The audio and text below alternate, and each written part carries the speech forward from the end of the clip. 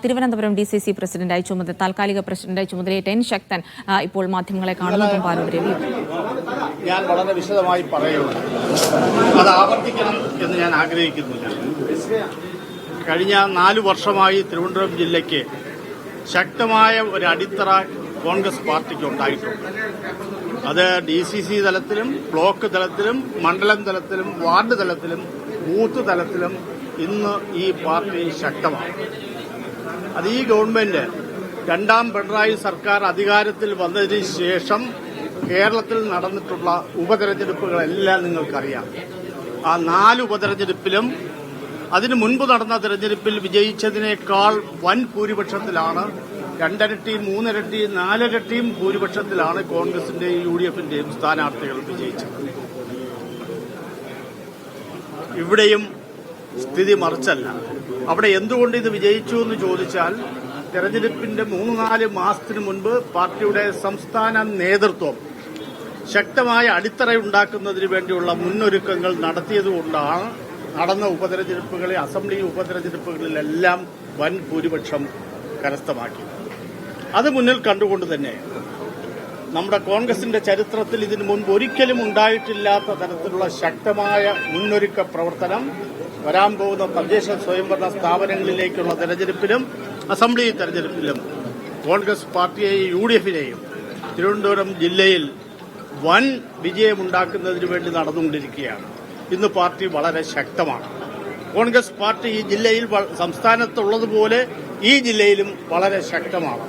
താഴെ അറ്റം വരെയുള്ള മുഴുവൻ ആളുകളും ഒറ്റക്കെട്ടായി ഇപ്പോൾ പ്രവർത്തിക്കുന്നു. കോൺഗ്രസിന്റെ ചരിത്രത്തിൽ ഗ്രൂപ്പില്ലാത്ത നല്ല പ്രവർത്തനം നടക്കുന്ന ഒരു കാലഘട്ടമാണ് ഇത്. അത് ഈ വരാൻ പോകുന്ന തെരഞ്ഞെടുപ്പുകളിൽ എല്ലാം വിജയിക്കും എന്നുള്ള കാര്യത്തിൽ സംശയമില്ല. കോൺഗ്രസിന്റെ സുവർണ കാലഘട്ടത്തിലേക്ക് കടക്കാൻ പോവുകയാണ്.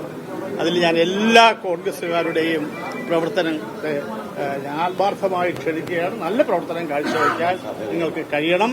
അതോടൊപ്പം ഒരു കാര്യം പറയട്ടെ, ഈ 4 വർഷമായി നല്ല പ്രവർത്തനത്തിന് നേതൃത്വം കൊടുത്ത ശ്രീ പാലോട് രവിയെ ഞാൻ കോൺഗ്രസ് പാർട്ടിക്ക് വേണ്ടി, തിരുവനന്തപുരം DCCക്ക് വേണ്ടി ഹാർദവമായി അഭിനന്ദിക്കുകയാണ്.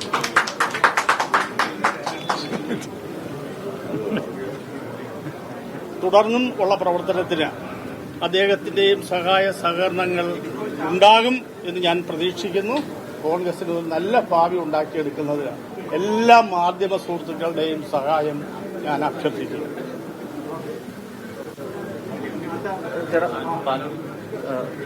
ചേട്ടൻ ഈ തീരുമാനത്തിൽ ചേട്ടന്റെ ഭാഗം കൃത്യമായിട്ട് പാർട്ടി കേട്ടു എന്നൊരു തോന്നലുണ്ടോ?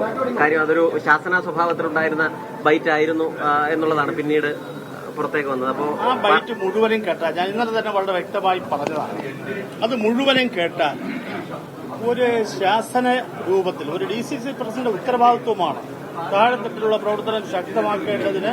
ആരെങ്കിലും എതിരായി നിൽക്കുന്നുണ്ടെങ്കിൽ, അഭിപ്രായ വ്യത്യാസത്തിലൂടെ ആരെങ്കിലും മാറി നിൽക്കുകയാണെങ്കിൽ അവരെ കടുത്ത വാക്കുകൾ ഉപയോഗിച്ചുകൊണ്ട് പ്രവർത്തനത്തിലേക്ക് കൊണ്ടുവരിക എന്നുള്ളത് ഒരു DCC പ്രസിഡന്റ് ഉത്തരവാദിത്വമാണ്.